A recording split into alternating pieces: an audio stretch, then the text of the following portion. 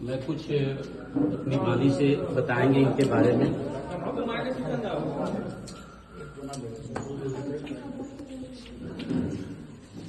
मैं अपना परिचय दे दूं पहले। मेरा नाम सहायक उप निरीक्षक संजय कुमार आर्ट हुआ। मैं सीआरपीएफ जीसी मुजफ्फरपुर से आए हुए हैं। ये देश में, भारत देश में कई एक तरह के फोर्स हैं, जिसमें एक अर्धसैनिक बल में सीआरपीएफ फोर्स है, जो सबसे बड़ी अर्धसैनिक बल में ये बल है। इसमें मेरे एक साथी श्रवण कुमार, आज उनकी ये था जो कि ड्यूटी लगाई गई थी। विभिन्न प्रकार की हमारी सीआरपीएफ की ड्यूटी होती है, जिसमें इनका ड्यूटी आपको रांची में रोड ओपनिंग में एक ड्यूटी लगाई गई थी, गश्ती हो रही थी। उसी में अनाधून वहां के उग्रवादी ने गोली चलाना शुरू किए। उसकी जवाबी कार्रवाई में इन्होंने भी काफी गोलियां चलाई और बम वगैरह एची बम का भी प्रयोग किया गया, परंतु कुछ बचे और कुछ भाग सके हमारे, जिसमें दो साथी, एक श्रवण जी, एक और शहीद हो गए, वीर गति को प्राप्त हो गए। उसी के उद्देश्य में हमारे डीजी जो हैं सीआरपीएफ के निश्चय किए हैं कि जब भी इनकी जो शहादत हुई है उस डेट पर याद किया जाए। तो हम लोग आकर के इनकी पुष्पमाला, और क्या दिक्कत है, परिवार में कोई समस्या हो, बाहर कोई समस्या हो, बच्चे पढ़ नहीं रहे हैं, जब नहीं हो पा रही है, उसके भी बारे में हम लोग जानकारी लेते हैं और आगे तक बताते हैं। यहाँ पर गांव पर भी कोई तरह की परेशानियां होती है, उसको भी हम लोग लिख करके ले जाते हैं। बाकी ये जो है कि यहाँ तो देखने में लगा कि कर्नल साहब यहाँ हैं उपस्थित, इनके बड़े भाई सूबेदार मेजर से रिटायर, अच्छे खासे यहाँ के लोग, बहुत सुंदर। ये देखने में लगा कि किसी तरह की परेशानी नहीं, लेकिन फिर भी जो कमी होती है उसको तो हम लोग पूरा नहीं कर सकते। हम लोग तो देश के लिए समर्पित हैं। ये खुशी से हम लोग ये हो जाते हैं। इसके लिए तो थोड़ी बहुत तकलीफ तो होती ही है अंदर अपना में, लेकिन हम लोग आंसू नहीं बहा पाते हैं और कामना करते हैं कि इनके बच्चे हो जो आगे ऊंचे शिखर पर चढ़े और अच्छे कामयाबी हासिल करे। दो बच्ची है, इनकी दोनों बच्ची के लिए मैं ईश्वर से कामना करता हूँ कि आगे चल करके बड़े अफसर बने, इस बल में भी आना चाहें। तो हमारे अधिकारी बोले हैं कि उन लोग का नाम जो अभी उनके भाई हैं उनसे हम संपर्क करेंगे, फिर सब लिख के ले जाएंगे। इसी के साथ मैं अपनी वाणी समाप्त करता हूं और कर्नल साहब से मैं गुजारिश करता हूं कि दो शब्द उनके बारे में बताएं। इनके बीच रहे होंगे और जो भी ये हो उनको सुनाएं, और जनप्रतिनिधि हैं वो भी कुछ बताएं। जय हिंद, जय भारत।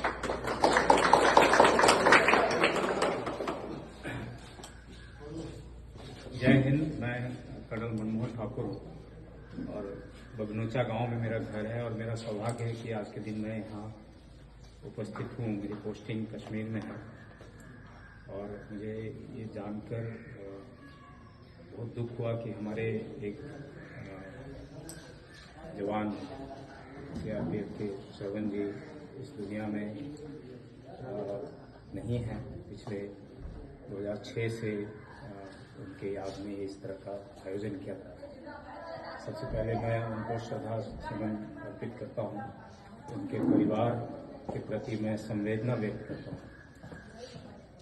और बेटा मत रोइए, है ना।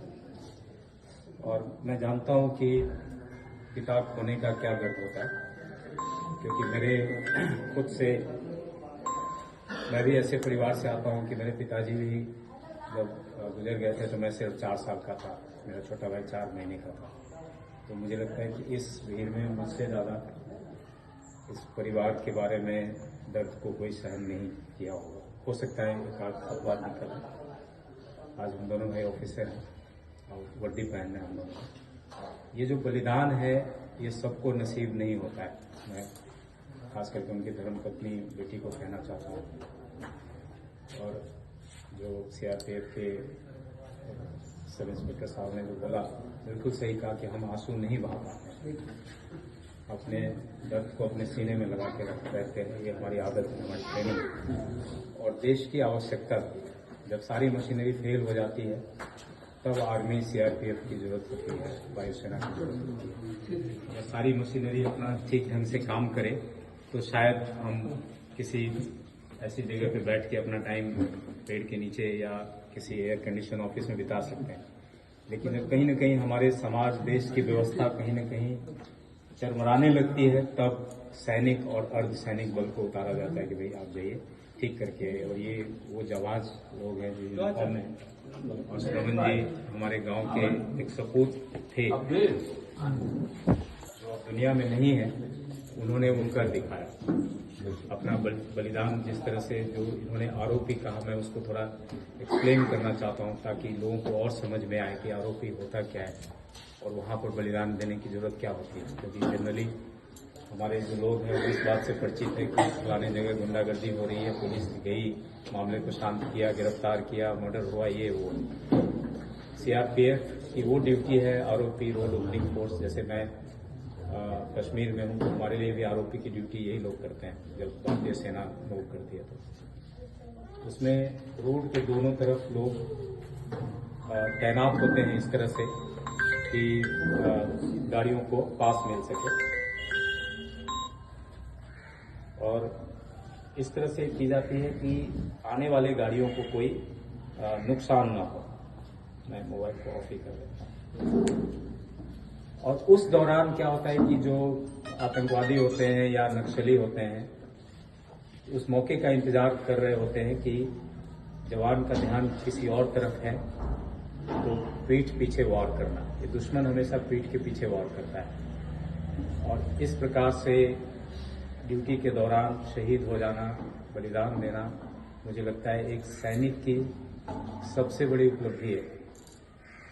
2006 में जो उन्होंने बलिदान दिया और जिस तरह से सीआरपीएफ उनके बलिदान की पहचान दे रहा है, मैं सीआरपीएफ के डीजी साहब को भी बधाई देता हूं, धन्यवाद करता हूं। आप मेरा मैसेज अपने मुख्यालय में जरूर पहुंचा पूरे ग्रामीणों की तरफ से कि ये बहुत अच्छा जेस्चर है कि आप परिवार, मुझे बताया राजन जी ने, उनके बड़े भाई हैं सुबेदार मेजर, उन्होंने बताया कि किस तरह से आप लोग हर साल आके परिवार का हालचाल लेते हैं, उनसे उनके बच्चों के बारे में जानते हैं, उनके एजुकेशनल चीज़ों में सपोर्ट करते हैं। मुझे बहुत खुशी हुई है और मैं चाहता हूं कि देश का हर डिपार्टमेंट इस चीज़ को सीखे, समझे, और आर्मी भी अपने परिवार की देखभाल कुछ इसी तरह से करती है, हम लोग करते रहते हैं। और सीआरपीएफ, बीएसएफ, ये सब कोई अलग नहीं है, सब एक अलग अलग ड्यूटी होती है, अदरवाइज काम एक ही है। काम क्या है? देश की रक्षा करना, जो ये लोग हम लोग करते हैं। और वो तब संभव होता है जब सभी लोगों का, देशवासियों का सपोर्ट होता है। जब हम युद्ध लड़ते हैं तो पूरा देश हमारे साथ खड़ा हो जाता है। अभी जरूरत हमारे बीच में किस चीज़ की होती है कि जब शहीद तो चले गए, लेकिन जो उनका परिवार है उनको कोई कष्ट न पहुंचे, ये उस परिप्रेक्ष्य में इस चीज़ का आयोजन किया जाता है। समाज को सेंसिटाइज करने के लिए, उनको ये बताने के लिए कि भाई ये आम परिवार नहीं है, ये आम परिवार नहीं है। हमेशा सम्मान की दृष्टि से देखिए, आगे बढ़ के उनकी समस्या को समझिए, सुनिए, उनको हेल्प कीजिए, क्योंकि सबको किसी न किसी वक्त में हेल्प की जरूरत पड़ती है। आज इस घर में हो रहा है, कल उस घर में होगा, परसों उस घर में होगा। तो समाज को इतना जागरूक होने की जरूरत है कि अगर कहीं दर्द दिखाई दे रहा है, समझ में आ रहा है, तो वहाँ पे जाके वहाँ मरहम लगाने का, जो कि उस चीज़ की मुझे कमी दिखाई देती है अपने समाज में। लोग अवसर निकालते हैं उंगली उठाने का, वो सब चीज़ नहीं होना चाहिए। तो मैं हृदय से आपके परिवार को मैं शुभकामना देता हूं। और जैसा मुझे बताया गया कि उनकी दोनों सुपुत्री हैं, दोनों अच्छा कर रही हैं पढ़ाई में, और भारत सरकार ने आपके लिए इतना बंदोबस्त किया हुआ है कि इंडिया का कोई भी इंस्टीट्यूशन है, बड़ा से बड़ा इंस्टीट्यूशन है, वहाँ पे आपका नामांकन प्रायोरिटी में होगा। जी है। देश के जितने भी विश्वविद्यालय हैं, जितने भी मेडिकल कॉलेज, इंजीनियरिंग कॉलेज में अगर आप चाहेंगे उसमें एडमिशन लेना तो प्रायोरिटी में मिलेगी। वहाँ आपको कहीं बाधा आती है तो मैं आपको यहाँ पर वचन देता हूँ कि आप मुझसे संपर्क करें। राजन जी, कहाँ हैं राजन जी? और मैं हेल्प करूँगा आपको, क्योंकि कई बार होता है कि जानकारी न होने की वजह से बहुत सारे ऐसे परिवार हैं। अभी मैं उधमपुर में हूँ तो मेरे पास भी लोग आते हैं और वो बोलते हैं कि मेरा बच्चा बेरोजगार है। तो मैं जब उनकी हिस्ट्री जानने की कोशिश करता हूँ तो मैं ये देखता हूँ कि जिस वक्त में उस बच्चे को किसी IIT कॉलेज में एडमिशन होना चाहिए था, दिल्ली यूनिवर्सिटी में एडमिशन होना चाहिए था, क्योंकि उस परिवार को जानकारी नहीं थी कि उसको बैटल कैजुअलिटी का स्टेटस है जो इनके परिवार को है। इनकी दोनों बेटियों को इंडिया के जो टॉप मोस्ट प्रीमियर इंस्टीट्यूट में जिस भी डिपार्टमेंट में ये एडमिशन लेना चाहते हैं, इनको पहली प्रायोरिटी पे इनके लिए रिजर्व सीट होता है, जो कई बार खाली चला जाता है। मैं दिल्ली यूनिवर्सिटी का अपना अनुभव बताता हूँ कि लगभग उनके जो एडमिशन के 5% जो सीट है वो सैनिक बलों के लिए होता है रिजर्व, लेकिन वो खाली चला जाता है क्योंकि पता ही नहीं, लोग एडमिशन नहीं ले पाते। उसी तरह से अगर जॉब में भी अप्लाई करेंगे और इनके नीचे लिखा जाएगा बैटल कैजुअलिटी, यानी जो फोर्स में थे और युद्ध के दौरान मारे गए, लड़ाई में शहीद हुए, तो इनको पहले नौकरी मिलेगी। लेकिन अगर ये अप्लाई नहीं करेंगे तो नहीं मिलेगी। ये मैं बताना चाहता हूँ, ये मैं समझाना चाहता हूँ। साथ में मैंने आपका वो कुछ डॉक्यूमेंट जो हमारे स्टाफ लेके आए हैं वो भी मैंने देखा, तो मैं अलग से आपसे बात करूंगा और मैं देखता हूँ कि उसमें और क्या हो सकता है।